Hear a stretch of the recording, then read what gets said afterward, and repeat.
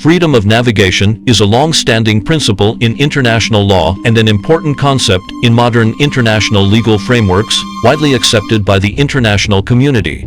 However, freedom of navigation does not equate to freedom to overrun, and the U.S. version of freedom of navigation is not the same as the internationally recognized concept. There has never been an unrestricted right of navigation in the United Nations Convention on the Law of the Sea or in general international law. Despite the best efforts of the U.S. to unite with its allies in negotiations to maintain the so-called freedom of navigation in traditional ways, the convention ultimately aims to maintain a balance between the interests of maritime powers and coastal states.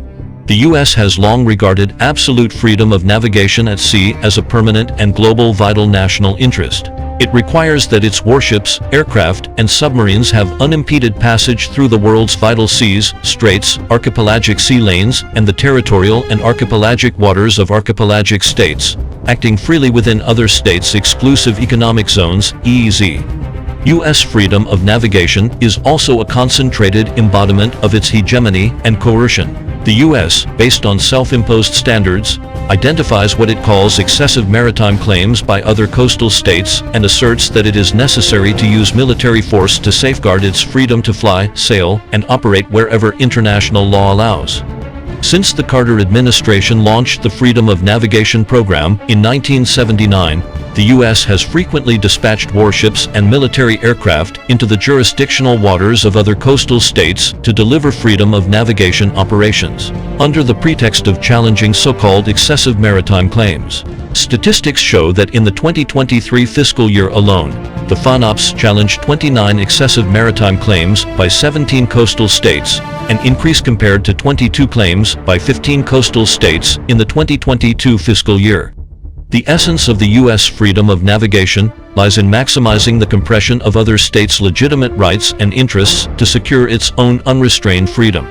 This approach severely distorts the interpretation and development of international law, perpetuates the unreasonable logic of gunboat diplomacy, and serves U.S. national interests and geopolitical strategies. It is by no means aimed at upholding the so-called rules-based international order. Instead, it amounts to a reliance on military force to threaten regional peace and stability. This reflects the illegality, irrationality, and double standards of the U.S. version of freedom of navigation. Not only does it disrupt the proper order of coastal states, but it also frequently causes unnecessary friction.